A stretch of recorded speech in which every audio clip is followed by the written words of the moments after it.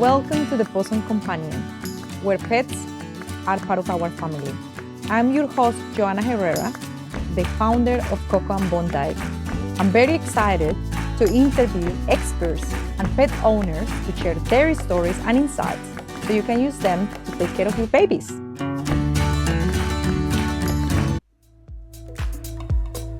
When something is off, you feel it too.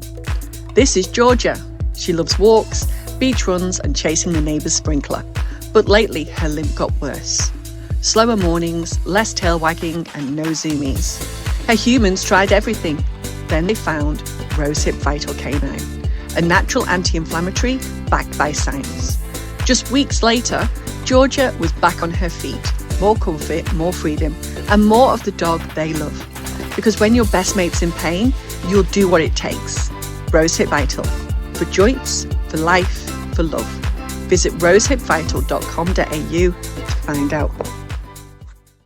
Hi, Natalie. How are you today? I am great. Thank you, Joanna. Lovely to be here. Lovely to have you here at the Possum Companion podcast. Yes. Season 3. This is probably my first podcast, I think, that I've had to be on. So It's great to have you because I know people will love to hear from you and everything about story dogs. yes. So I just want to read your bio so everyone knows who you are. So Natalie is a former vet nurse, passionate dog lover, and the very first story dog coordinator in Adelaide. After 26 years in veterinary nursing, Natalie found a new calling with her beloved rescue dogs, Secret and Missy Fergie. Together, they help children building confidence through reading as part of the Story Dogs program. Secret and Missy Fergie may have passed, but their legacy lives in their amazing work Natalie continues to do with her team of volunteer dog handler duos across Adelaide. Natalie, welcome to the show. We can't wait to hear you all. So please, Natalie, tell me a little bit more about Story Dog. Story dogs. Okay. Story dogs started in Australia in 2009. So we've been going for 16 years. Yes. And at that time, I had Secret and Miss Fergie, and my daughter, who lives in Western Australia, rang me. She said, "Mum, I've heard about this really awesome program called Story Dogs. It's a reading support program."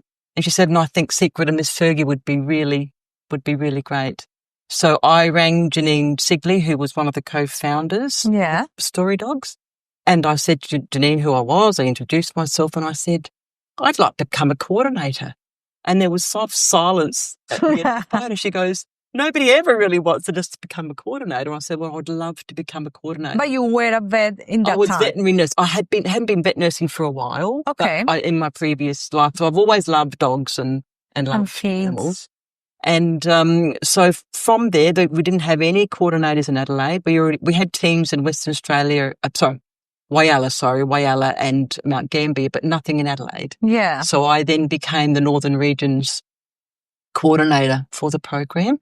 And the first 2 schools that we started up in Adelaide was Lake Windermere, where Secret would go to there, and Elizabeth South Primary School, where Miss Fergie would go to that school as there. So, and then from that, I've trained a coordinator for down south, Leanne. We've got a coordinator in Clare, in the York Peninsula. And we've got coordinator already in Mount Gambier as well. So we're branching out within Adelaide. All South Australia around as well. Story Dogs is Australia-wide. Okay. In every state. We're just not in the Northern Territory, so we're in every state of Australia. It was initially, there was a program called the Reading Education Assistance Dog Program in Utah, in America.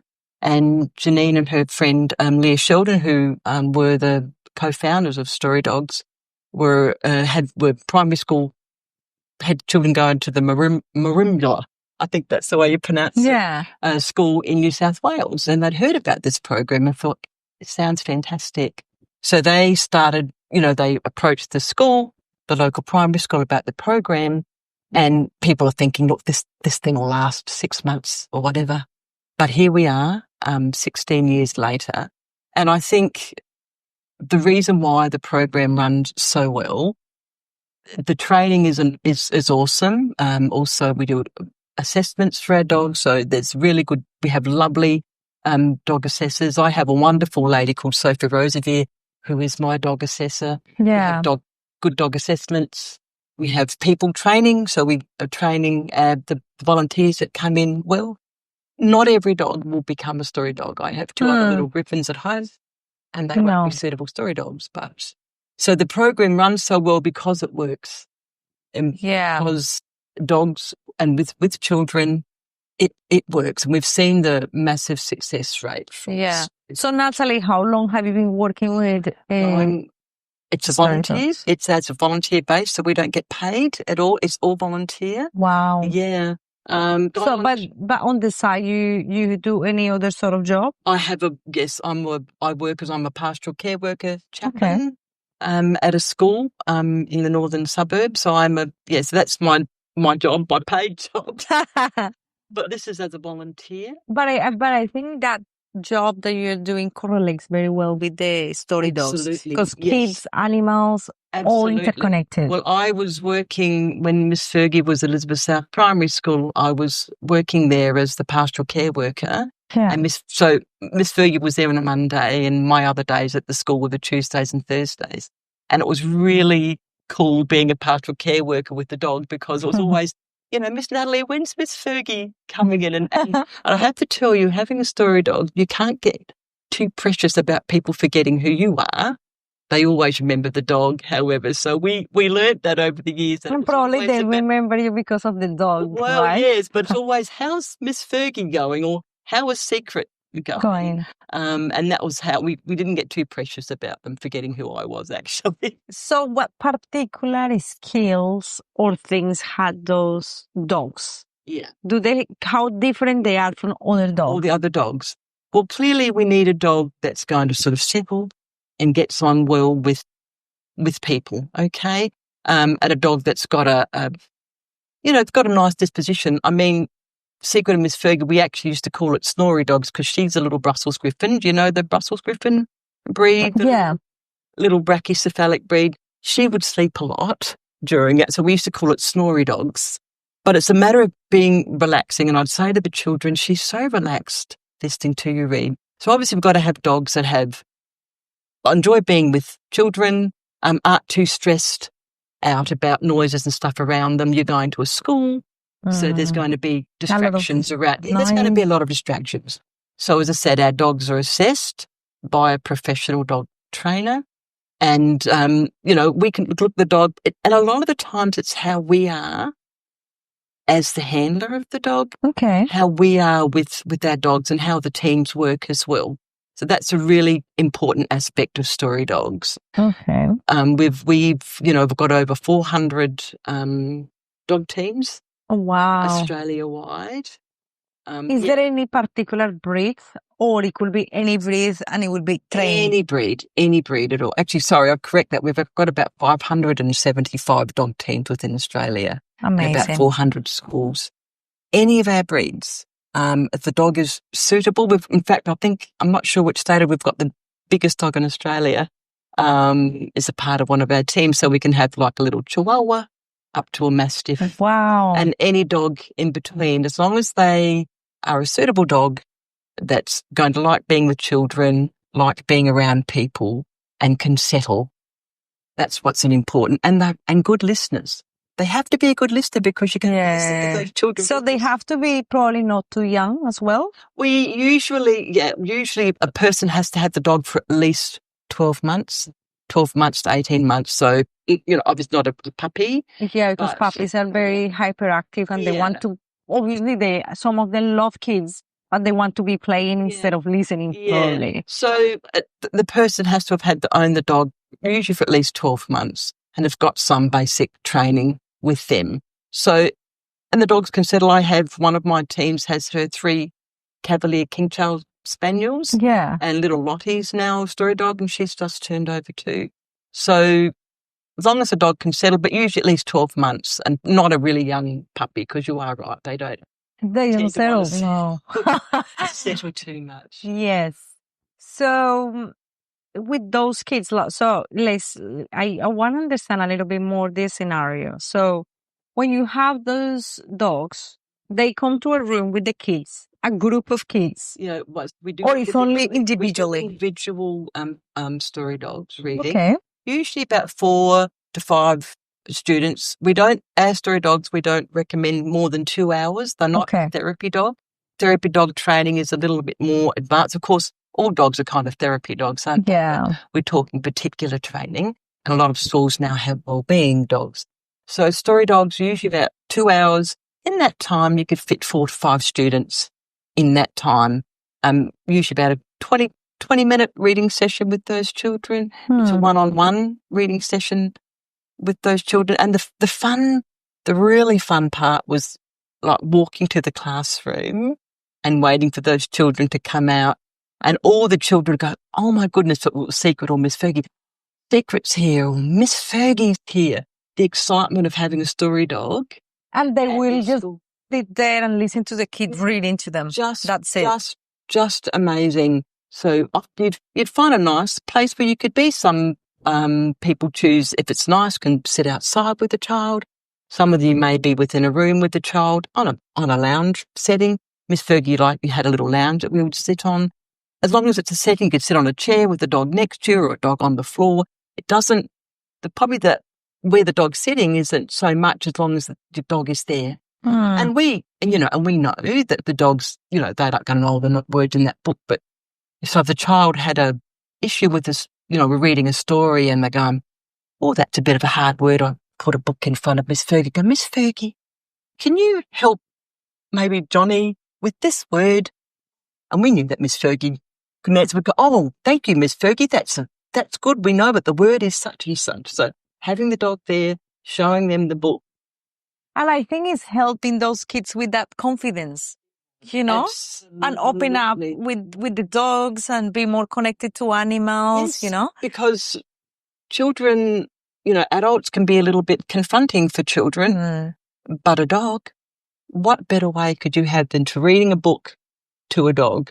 Oh my God, this is great. It was great. I would see just such changes with children. One of the little boys that I started to work with first with Secret, English was his second language.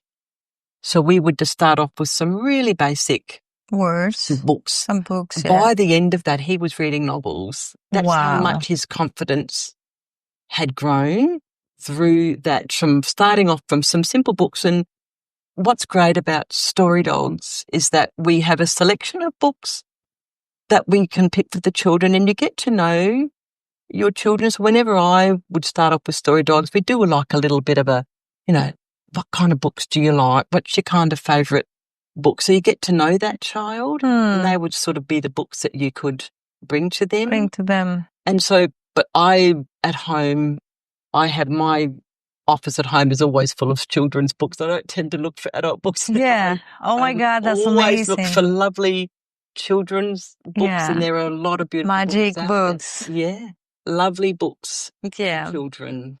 So, my question for you is how old could be the kid to get this sort of service? Yeah. We start from grade 2, so primary school age children.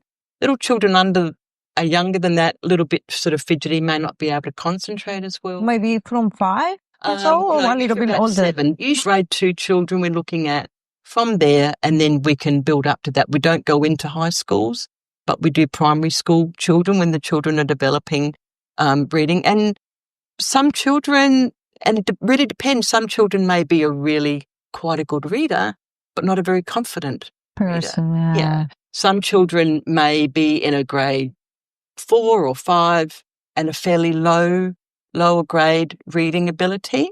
So it really does vary, and then you get to know the children that you would read with, and so and it would help those. Yeah, absolutely. So how people can get these services? So is this offered to all schools, and parents can choose to do this? Yeah, we have an amazing website, and the wonderful thing with Story Dogs is they support our coordinators really well and our volunteers. We have a most amazing website with all the information on there. So normally the first port of call is at the schools could visit our website. There's a school information pack that we could send out to there, or people can look at that online and they fill in an expression of interest form. So that would then come through to Story Dogs. Then they would look at that and go, or this one's for Adelaide or New South Wales or whatever. And then they would email it to the coordinator in that area. And then when we would contact them, unfortunately, we don't always have a team for all the schools that contact us. We've got quite a few schools that are interested in the program, but it's a matter of getting teams for that. So we usually sort of keep them on our list. Sometimes if something comes up, I recontact the school and go, hey, by the way, are you still interested in the program? So expression of interest form goes out. Yeah. If we have a team, we then go through the school. Once the dogs have been, we do a meet and greet, then we do dog assessments, and then we do the people training, and then the volunteer visits or looks in on an experienced Story Dogs team. We then do an orientation meeting with the school, so the school's got to be on board with the program. Yeah. And we can start with a bit of a process. Yeah. But you need that process. Yeah. Because you're working with children and you're working with dogs. Absolutely. And is there any opportunity for people to do it privately? Like if they want to do it outside school or it's not possible? No, we just do it within the school hours. We do. Okay. No, I mean like, for example, if I don't want to do it through our school, but I want to contact directly the organization to do that with my kid. Can I do it? No, we only work within in schools. So it's a program that's designed for going to primary schools. We do like library visits, like if you do holiday programs, we can either do ones that are just as a one-off with the holiday program, or have a regular visit with the primary school in the library. But the same situation, if we were doing it regularly at a library, the same situation would be just a one-on-one with the child. Okay. But in a holiday program, you might have up to 10 children or something, and they will listen to the dogs. And then after that, they can come and interact with the dogs. Amazing. But we do work just within the primary schools. Okay. So is there anything you could say about like those benefits for is there any science behind kids working with dogs, or what are the benefits what? Yeah. Look, I mean, there's always lots of, I think, studies going on with people interacting with dogs. And we know, we can see how dogs work with therapy dogs, how dogs are working in medical sides and science sides. So it just really makes sense that children reading to a dog, and that was when Janine and Leah saw this, and they saw how this program was working in Utah in America, and knew that it would be a success story here. So that was idea. Well, that was how they got the idea from the Reading Education Assistance Dog. Was a program that was running in Utah, and they saw that, and that's how they got the idea of becoming a story dog. Amazing. That was how they got that idea. So there's always science behind something, but I think people now, there's lots of proof to see that how dogs and people and dogs and children interact so well. And even people can optionally do it in their houses with their own dogs, right? Look, every dog is, I believe every dog can be like a therapy type of dog. Absolutely. But as I said, when a story dog is when we're out at the school, they'll have their jackets on, and they're a story dog when they have their jackets on. Our dogs, people can pat them, though. They're not quite like how you have the guide dogs where you have to. You can pat them and everything. Well, you can. If we're walking out somewhere with our story dogs, we can pat our story dogs. But in the school, they're there, and it's really important that they have that time with the children, and the children have that one-on-one time with their story dog. At the school when I was working in Elizabeth South, some of the children would say to me, when Miss Fergie wasn't there on the days that I was working there, Miss Natalie, I wish every day was a story dog's day, because they just loved having Miss Fergie around and the interaction. Sometimes I would take both her and Secret to the schools that have not together so much, but assemblies. So the school assemblies, so we'd have them sitting there. So the school community got to know them, and a story dog becomes a very big part of the school community. Once a year, as a part of program agreements that the schools have a fundraiser. Yeah. So that could be wear orange, have a gold coin donation, bring a photo in of your favourite dog. Like Windermere had one day, it was pajama day. Wow. So all the staff and Wearing all the pajamas. children and the Story Dogs coordinator, we wore our pajamas. So schools can have a myriad of fundraising ideas. So that's just a fundraiser idea that they have. And often it can fall within book week. So even Story Dogs would, sometimes the Story Dogs people would take their children to school just during week and have their Story Dogs there as well. Yeah, and I think it helps with kids to be obviously more open and to be easier for them to, read and all of that. But also it helps with the parents connecting with their kids. Yes. Because it's like an understanding that they put on the kids. Like, I understand that you need this help. Let's, let's do it together. I mean, the good thing is the teachers tend to pick the children that will go into the program, and we will get like a little bit of a profile and to see that child. Normally they might stay 6 months or a year within the program, or depending on how much they needed. But I have one little story. When Secret was at Lake Windermere, there was a little boy we used to see. He was through a foster family. Yeah. There were some little issues in his life, and he had some anger issues as well. But when he would come in to Story Dogs, Secret used to love to lick. I would call them her kisses. Oh. And I would say to him, sweetie, when you leave today, what will help you to the next week before we come back to Story Dogs? And he'd say, I will think of Secret's 100 kisses. Oh, my God. She used to kiss him.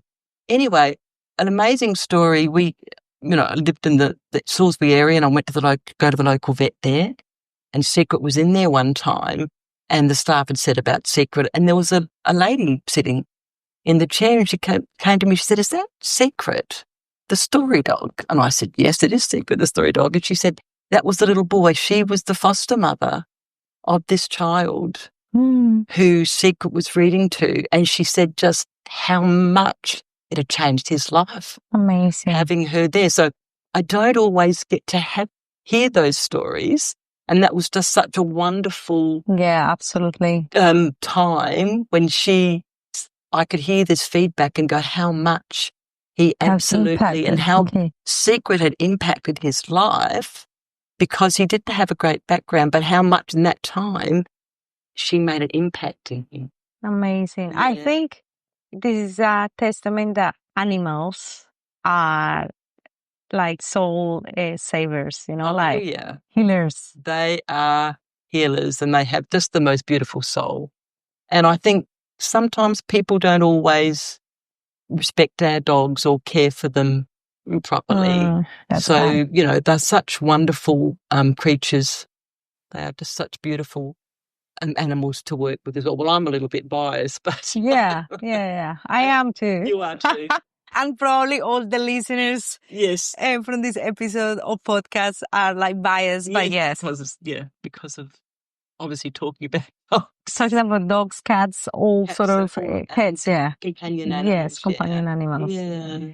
So, So at the moment you have other dogs, because I know that Secret and Miss Fergie passed away. Passed away. I have two other little griffins at home. So Miss Fergie, we got her, I said Secret was a rescue. We got her at 5, and she was really traumatised when I got her. But I knew under that she was just so lovely, and she just turned out to be the most amazing dog. And I had a little litter of puppies. So one of her daughters, April, is a Story Dog at the Moonta Primary School.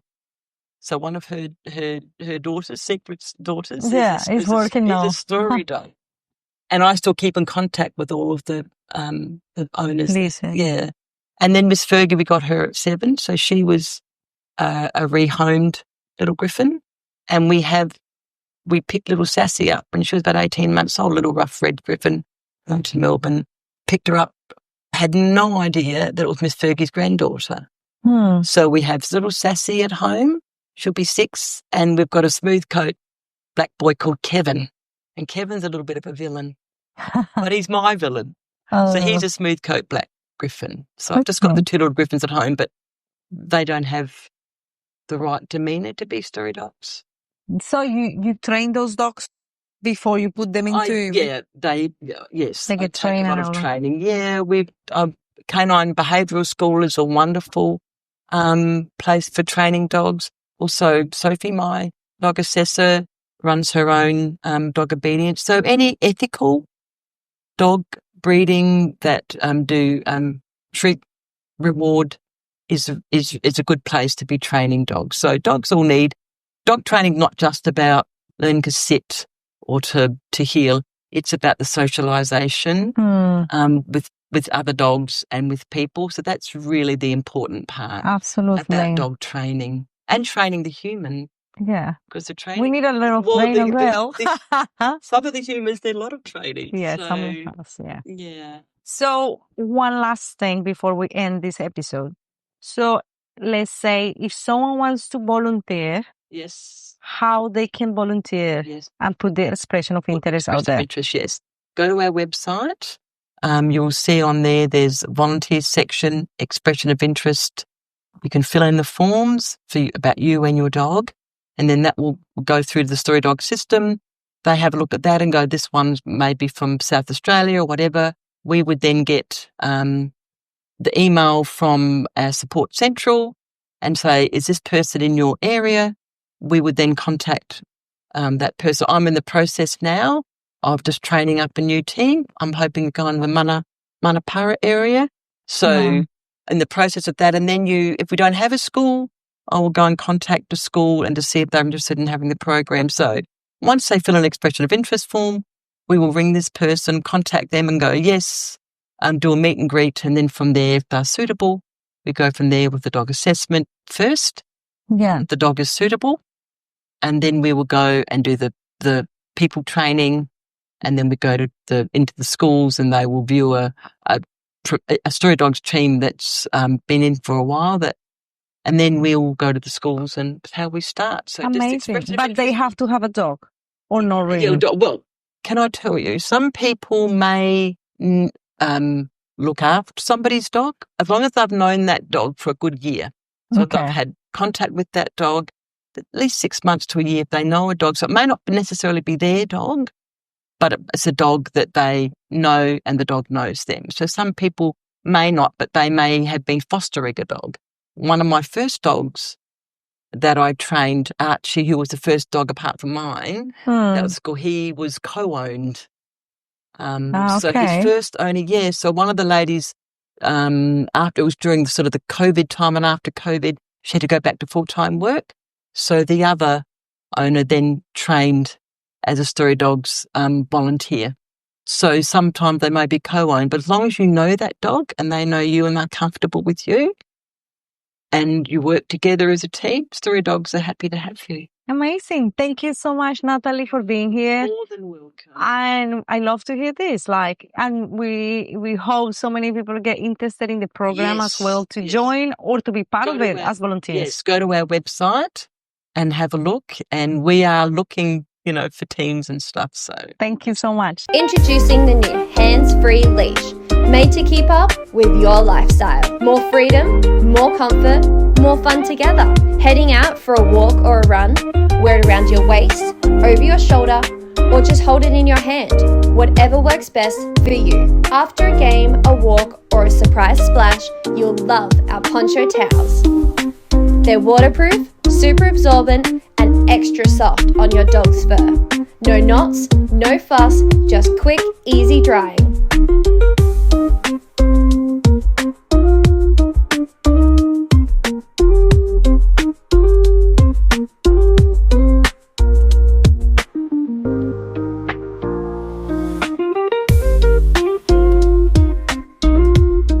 Thank you so much for tuning into this episode of The Possum Companion. If you have any further questions for our experts, feel free to leave them in the show notes or reach out to me directly. And if you are a pet expert who would love to contribute to this podcast, we will be thrilled to hear from you. Don't forget to follow us, and if you enjoyed today's episode, we will really appreciate a 5-star review Thanks again, and we will see you at the next episode.